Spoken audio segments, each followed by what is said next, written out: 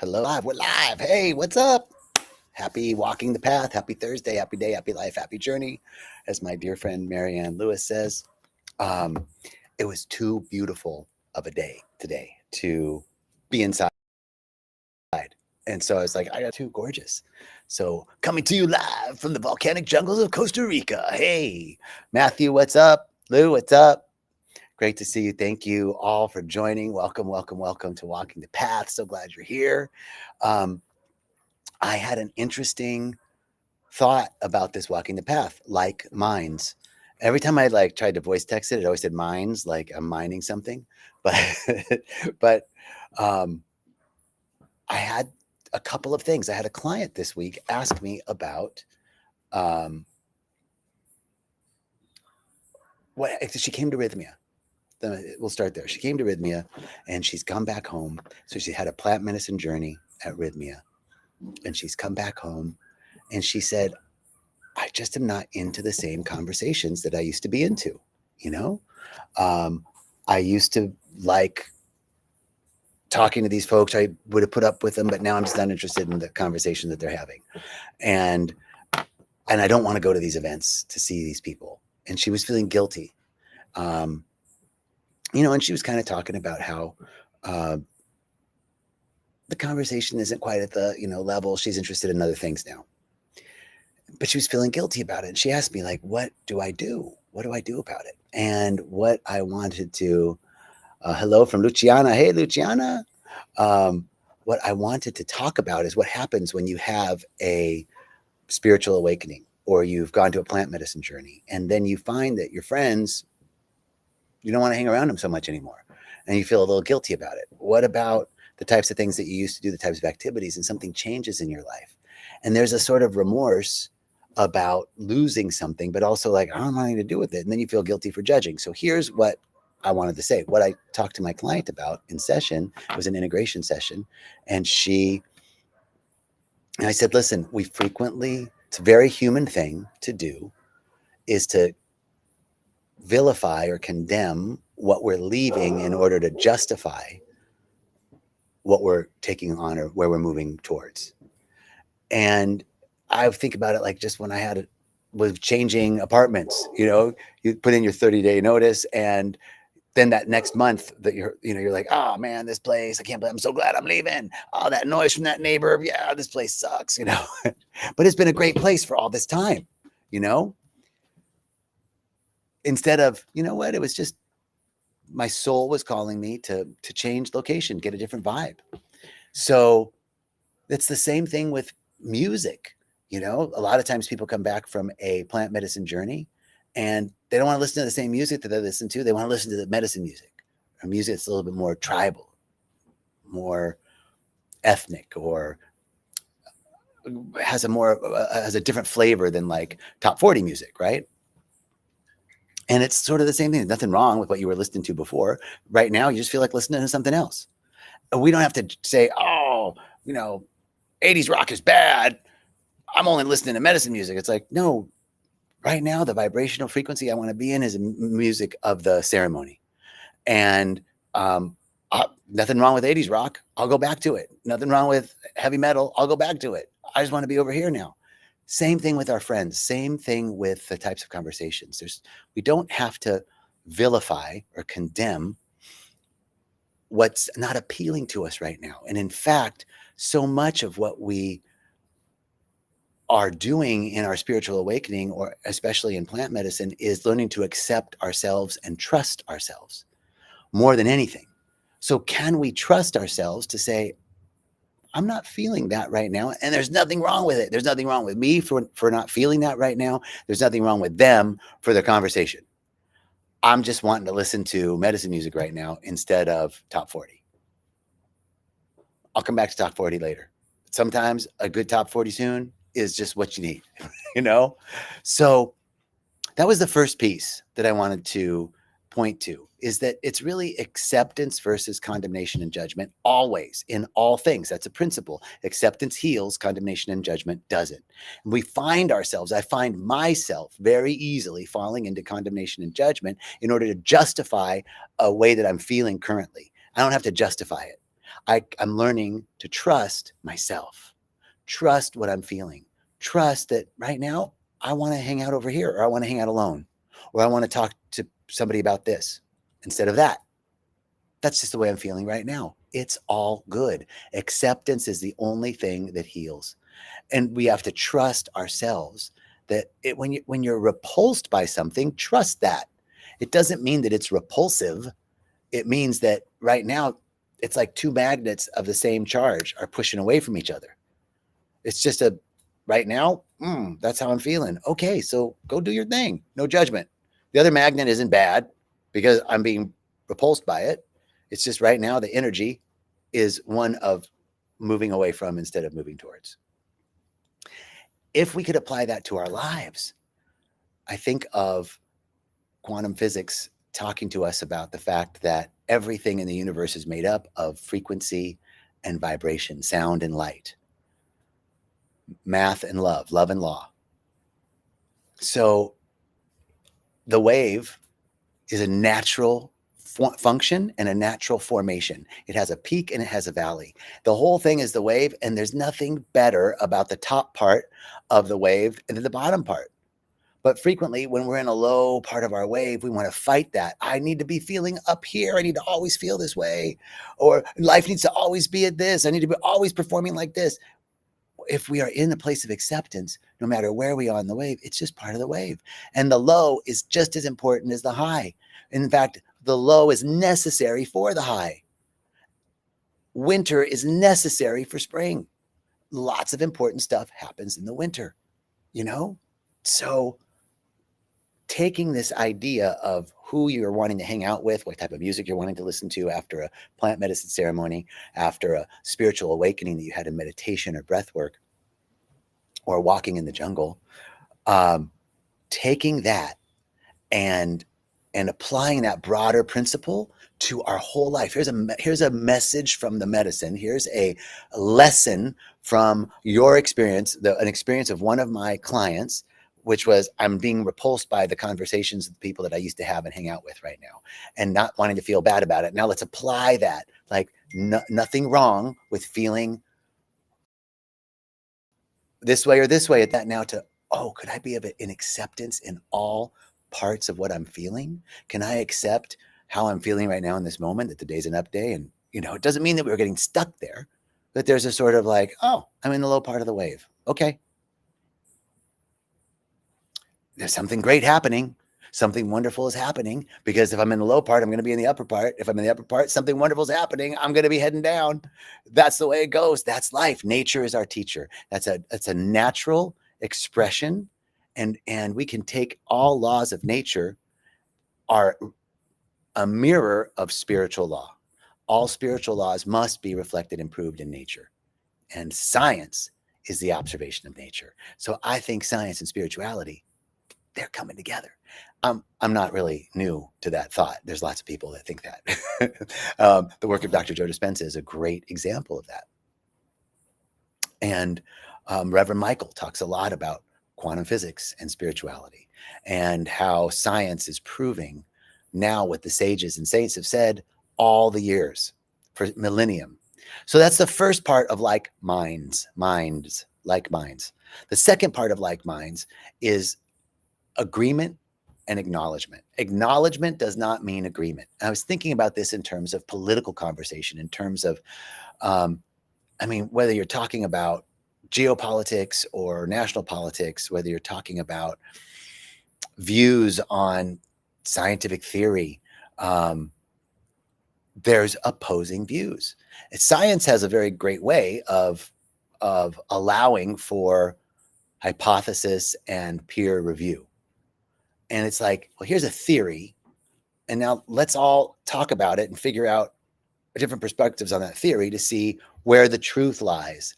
And we can keep learning hypothesis and theory, or theory or hypothesis and testing. So when having conversations with individuals that have different views from me, I used to feel obligated to defend my view. Yeah, but, well, what about this? And I've learned recently, believe it or not, just recently, that I can acknowledge somebody's view, and it doesn't mean I agree with it. It makes conversation much better. It also allows me to actually listen to what they have to say and to be open enough to maybe receptive to another point of view, because my truth is my truth, not the truth. Their truth is their truth, not the truth. And my intention is to be open and calm and receptive when I'm having conversations with people. So I found suddenly, by acknowledging, oh, okay, I acknowledge what you're saying about this situation. Um, and then I can get curious about their points of view. Okay, so what you're really saying is this. Oh, it means this. Oh, okay. So, oh no, let me understand this. Let me make sure I understand what you're saying. All of that makes me interested in what they're saying, helps me to be receptive to maybe refining my point of view, and allows, puts the other person at ease. Like I'm actually listening to what they're saying, not having to offer my opinion. And just because I'm not offering my opinion and because I'm curious about what they're saying does not mean I agree with them. This is a formula for civil conversation from opposing views. Everybody is nothing is true. Everything is permitted. And when it comes to personal opinion and perspective and point of view, all points of view permitted, nothing is true. But let me now listen to what you have to say and modify what I am saying. Because there's my truth and their truth, not the truth, when it comes to opinion. Between the two and through our conversation and being interested in listening to what other people say, it's one of the ways that we begin to find common ground, even if it's an abhorrent view. We start to agreement, or acknowledgement does not mean agreement. And I'm much more likely to make a connection with somebody who has a radically opposite viewpoint of mine instead of a wall. And at the very beginning, at least we need to maintain open lines of communication instead of building walls. We need to maintain open lines of communication instead of waging war, even with radically opposite points of view. Then somewhere in between, there might be resolution. There might be common ground. There might be common ground. We've got to find common ground. So I want to be around, it's much easier to be around like-minded individuals, and I want to build communities of like-minded individuals. However, I also want to learn that when I come up against an opinion, point of view, perspective, way of thinking that is not congruent with my way of thinking, I don't have to be open to change to their point of view. However, the only way that I'm going to the only way that I'm going to find common ground with individuals and build bridges instead of walls is by listening and getting curious about what they have to say. Nicole, let me put this up. This was really good. Nicole, thank you so much. Validating someone's experience does not mean you have to agree. Dialectic. Amen, sister. So well said. So that's what I'm thinking about for our Facebook Live today. Like minds. And there's the aspect of when you're friends and you don't seem to get along anymore, or you're just not interested in what the types of conversations that people are having that you used to hang around, and all of a sudden those conversations aren't really jiving. We don't have to be judgmental or condemn them. And I'll tell you this story. Here's how it happened for me that I made this realization. Years ago, I used to live in Marina del Rey, and I had this beautiful patio overlooking the water, and one apartment over and one floor up. I was on the first floor. This person was on the second floor. And this lady moved in, and she was just, oh my gosh, she annoyed the crap out of me. She was on her patio from 7 a.m. until midnight or 1 o'clock and 2 o'clock. And she was on the phone talking and smoking cigs. And then she'd have people over. And this was Marina del Rey, Los Angeles. There were a lot of like Hollywoody type of people, stereotype. I'm stereotyping, right? And so I was totally stereotyping this woman because she was always talking about her boyfriend, his penis size, the number of carats of her ring, how many carats her ring was, what he could do for her, and there were big yachts coming by and she'd be like, oh my God, look at that yacht. I mean, I was on a bigger yacht, like I just totally judged her conversation and being so shallow. And so I used to love meditating on my patio. Then she moved in and I couldn't meditate on my patio because she was always fucking talking. So one day it was like early in the morning and she wasn't out there. And I was like, I'm going to go meditate. So I'm out on my patio. I had all these big giant jade plants and trees. And it was a beautiful patio. There was the water and it was Los Angeles. It was a beautiful day. And I'm meditating on my patio. And then she comes out. Man, you're supposed to be meditating, right? You're supposed to be like at peace. And she comes out and starts like, blah, blah. She and a friend are out there and they're like, and they're talking and it's annoying. And I'm thinking to myself in meditation, they're just not spiritual. They're just not very spiritual people. I'm so glad that I'm not involved in that conversation. That is not the conversation I want to have. They're just not spiritual. I swear to God, the universe has a sense of humor because the next moment she says to her friend, you know what's wrong with our boyfriends? I swear, that's how she talked. They're not spiritual. That's what's wrong with them. Like, they're not spiritual like us, right? Like, they don't know that they're one with the universe and everything is one, So that's the difference between us and our boyfriends. They're not spiritual.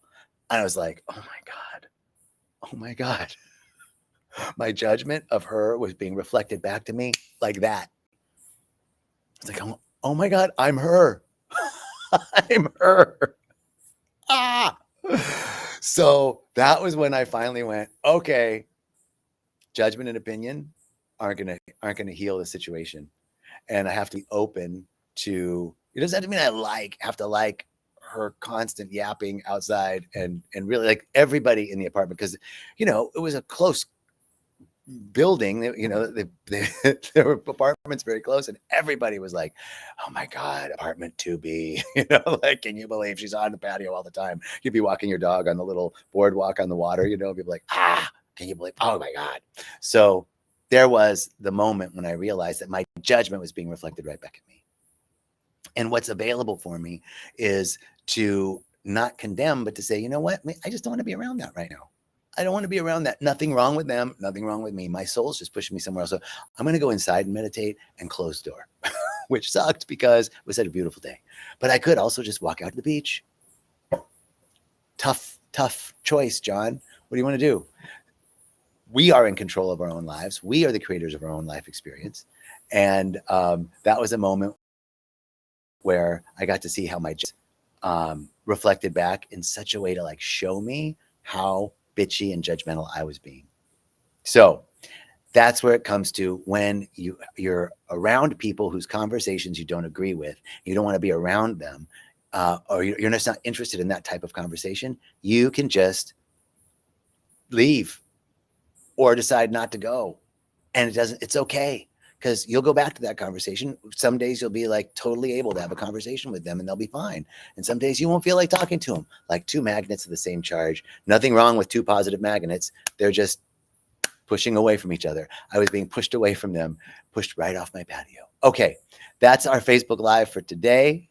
Thank you so much. Nicole, good luck with whatever you're going through right now. Nicole said she's going through this right now.